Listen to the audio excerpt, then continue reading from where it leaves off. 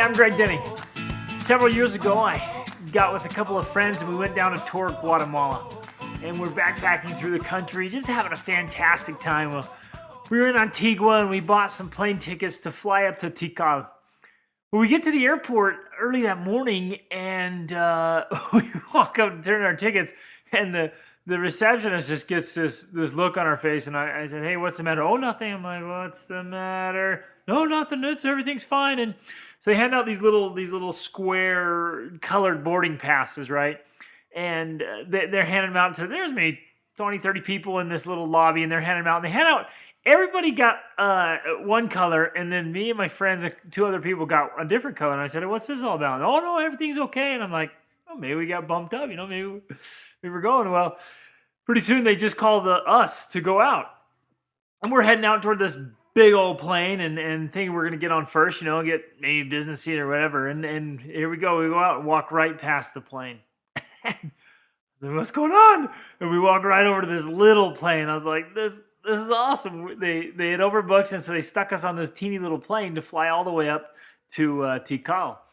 Well, I was just out there just enjoying the time, and my friends load up, and I look in, and there's no more seats.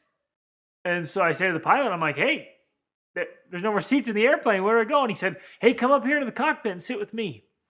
So I go up there, I sit next to him. He says, "Put these headphones on and get ready." And so I strap in, and I'm sitting right there in the cockpit. It was awesome. And he's going through his checklist. He goes through this little checklist for the flight, and goes and takes off. As soon as he takes off, he says, "Hey, you want to fly?" And he says, "Go ahead and take care." So I grabbed hold, and I flew us over the mountains and over the jungle and all the way in. And then he took over and landed the airplane. It was just an awesome experience, and fueled my fire to want to get my pilot's license. But I want to talk about that checklist. I want to talk about why we do a checklist, okay? There's a book called The Checklist Manifesto. And Atul Gawande is a doctor, a surgeon.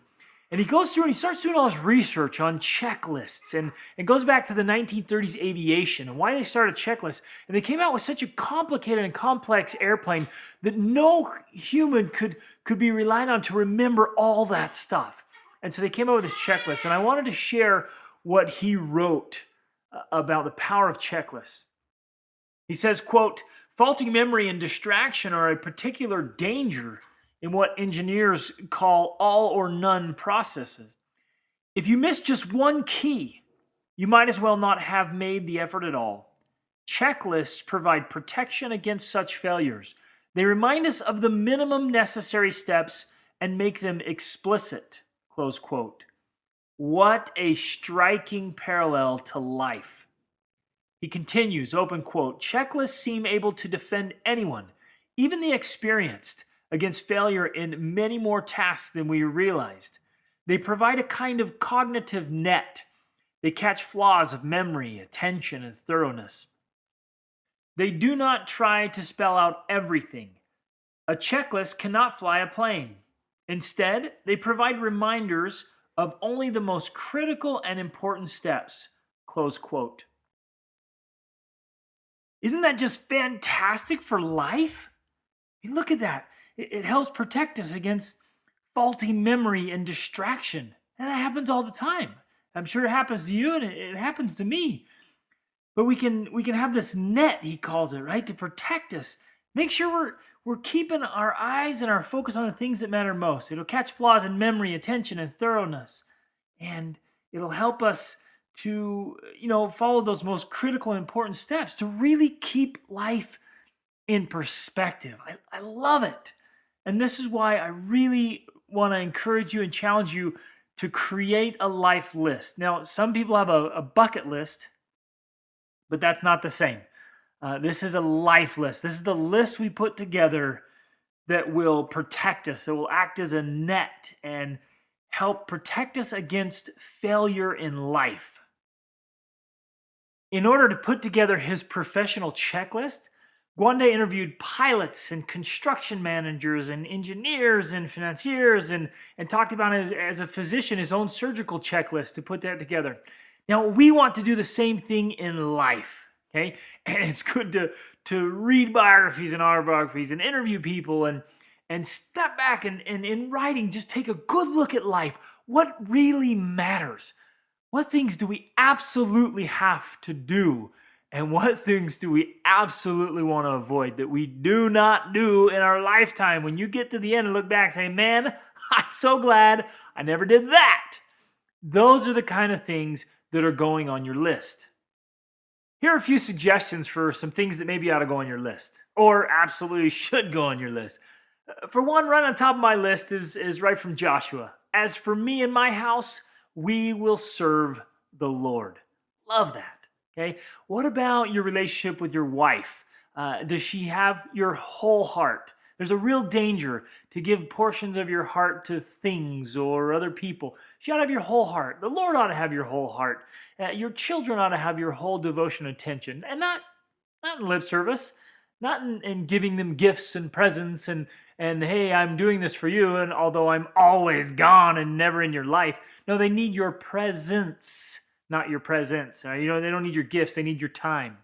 What about your health? What's on that list as far as eating and exercise? What's on there for the quality of feeling you have? How do you feel? How do you feel all the time? What's your predominant emotion? Are you happy? Are you really, truly happy? That's gotta be on the list, right? It's gotta be on there. We need to feel good. We need to feel alive. Are you filled with enthusiasm and excitement? Okay? What kind of work do you do? Are you passionate about it? Are you really giving your talents and your gifts to the world? You're making a real contribution. That's a big one. So many people I talk to, so many people in the workplace, they're not fulfilled with what they're doing. They don't feel like their talents and gifts are being utilized. They don't feel like they're really making a contribution, like they're really bringing value to the marketplace. You've got to do that. Are you singing the song you were born to sing? Are you living on purpose? What about the use of time? How are you using your time? What things need to go on the list about the use of time? What things to do, things not to do? What are you going to do daily? What are you going to do yearly? What are you going to do in a lifetime? What about the people you surround yourself with? That's an absolute truth. You will be influenced by those who you surround yourself with. So choose wisely. What kind of relationships are you going to have? What kind of influence are you going to have? What kind of leadership are you going to offer? Right? Great stuff. This has got to be on the list. What about parenting? We talked a little bit about your kids giving your attention. What about like real parenting though? Raising them up at life schooling and training them and preparing them to be excellent adults. What about education, your own and your children's? Make sure you understand and are gaining a phenomenal education. What is education? I mean, how many great books do you have to read before you have a foundation of an education? In my opinion, it's about 1,000 great books that I'm working on in order to get a foundation for a great education. And we've got to go after it. What about your skills, your skill sets, your ability? This ability to do, there's power there. It's exciting to learn a new skill and to have a new ability. It makes you that much better of an asset, that much better of a servant, where you can ask yourself, how am I going to serve at a top level? How am I going to serve greatly, right, and really make a difference? What a great question. What about wealth? What about financial independence and preparedness? The last thing you want to do is when an opportunity comes or a crisis comes to be unprepared. What are you going to do to make sure that you are prepared and independent and self-reliant? What a great question. What a great thing to consider and write out clearly, in detail, on your life list. And let me make that point. Make sure this life list is crystal clear. And maybe you'll add to it as you go, but make sure it's divided in important sections. What image will you have in your life? What legacy do you want to live now? What legacy do you want to give? What legacy do you want to leave? How will people perceive you? How will your influence be in the world? What about integrity and character and personality? We have the power to shape our lives, our personalities. We do not have to just throw our hands up and say, that's just the way I am. That's baloney. We have the power to shape and recreate and design and make happen. It's a wonderful power. who are you going to become? Make sure your attitude is just phenomenal. It's fantastic. Put keywords on there. Put power words on your list. Words like enthusiasm, words like desire, words like optimism, happiness, joy, faith. Make sure you say, I will not live under my fears and my doubts. Yeah, I will not be a victim. Include those things and have a wonderful attitude. And then most importantly, make sure that this list will definitely lead to habits, right? And rituals and routines, things you do every day to make sure that you fulfill that list. Live by the list, right? Live by your list. Create a great list and live by it. Have that be a motto. Have that be a reminder. Have that be something you say to yourself. Get that list up somewhere where you can see it often and have that phrase in your mind. Live by the list. Live by the list. Live by the list. And it'll help you remember what really matters most. And like Gwande said, it'll protect you from failure and from distraction and from memory loss, from just forgetting what really matters. So make a list and live by the list. Make it happen. Here's to your fantastic life. Following the list, making it wonderful, where you can get back and just feel so happy and so grateful that you had a life checklist and you lived by it. One more quick thing. Please inspire your friends and family by sharing this with them.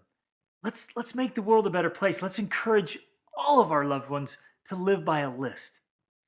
And if you would, please share 4 or 5 things from your list and inspire us and help us, encourage us, remind us, give us ideas. Let's get in these comments below and share what we're going to do, and it'll be a catalyst to other people to help them add to their list and make them that much better. Together, we can do great things. Now, if you haven't already, go and like the Facebook page, Greg Denning Facebook page. And visit me at gregdenning.com. Put in your email there so occasionally I can send you some uber awesome programs and trainings to help you live according to those lofty ideals that you've included on your list. Here's to your awesome life. Reach up.